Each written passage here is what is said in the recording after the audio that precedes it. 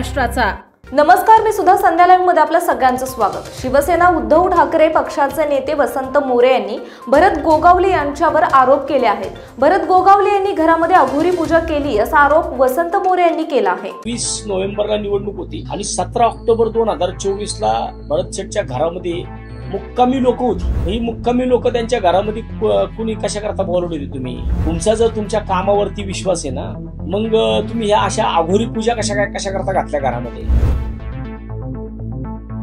गोगावलेंनी ज्या पद्धतीने हा आरोप केलाय, मला भरत शेठ गोगावलेंना सुद्धा एक प्रश्न आहे की 17 ऑक्टोबर 2024 ला जो तुमच्या घरामध्ये तुम्ही बागलामुखी म्हणून जे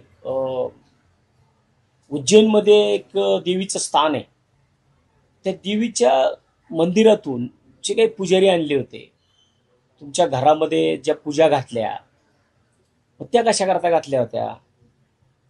त्या पूजा तुम्ही घरामध्ये बोलवून महाराजांची पूजा केली, ते 11 महाराज बोलावले, त्या 11 महाराजांकडनं घरामध्ये पूजा करून घेतल्या, त्यांच्या पूजा केल्या त्या महाराजांच्या।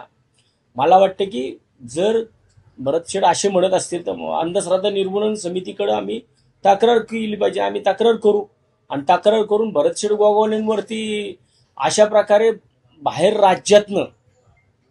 राज्यातनं मांत्रिक आणायचे, घरामध्ये पूजा घालायच्या, हे कितपत योग्य आहे? घरामध्ये पूजा घालून तुम्ही अघोरी पूजा आहे, व्हिडिओ आहेत, ते फोटो आहेत, ही घरामध्ये पूजा घालायच्या। निवडणुकीच्या आधी बरोबर 20 नोव्हेंबरला निवडणूक होती आणि 17 ऑक्टोबर 2024 ला भरत शेठच्या घरामध्ये मुक्कामी लोक होती। ही मुक्कामी लोक त्यांच्या घरामध्ये कुणी कशा करता बोलवले होते तुम्ही? तुमचा जर तुमच्या कामावरती विश्वास आहे ना, मग तुम्ही ह्या अशा अघोरी पूजा कशा करता घातल्या घरामध्ये? जो आरोप तुम्ही करताय त्याचे काही पुरावे आहेत आपल्याकडे? आता व्हॉट्सअपला व्हिडिओ आहे, फोटो आहेत, या सगळ्या गोष्टी माझ्याकडे आहेत ना।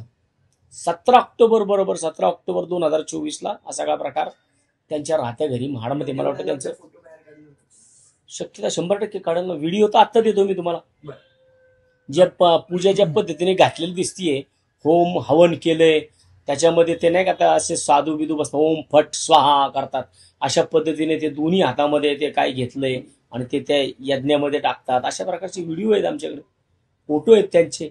बरं, तुम्ही बाहेरचे महाराज आणून घरामध्ये त्यांची पूजा करताय।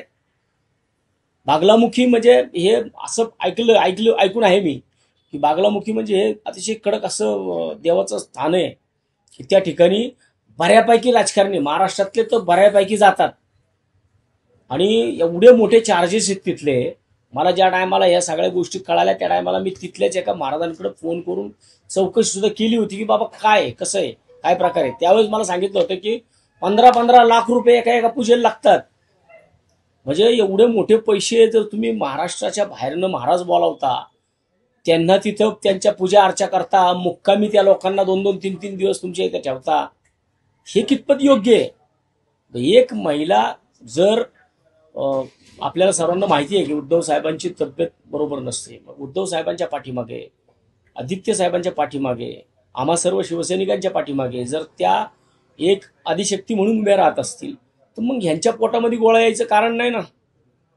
म्हणून त्यांनी केलेलं हे विधान अतिशय चुकीचं आहे आणि हे आम्ही शिवसेना म्हणून मी त्यांच्या विधानाचं, मला वाटतं की महाराष्ट्रातल्या सर्व महिला भगिनींनी, चित्रा वाघताईंनी सुद्धा याचा निषेध केला पाहिजे। एक महिला जर सक्रिय नाही आहे, त्या जर कुठं दिसत असतील, कोणाच्या पाठीमागे वगैरे, तर त्यांच्यावरती अशा प्रकारचा आरोप करणं एक प्रकारच्या सर्व महिला भगिनींवरती आरोप केले जाते आणि तो चुकीचा आहे।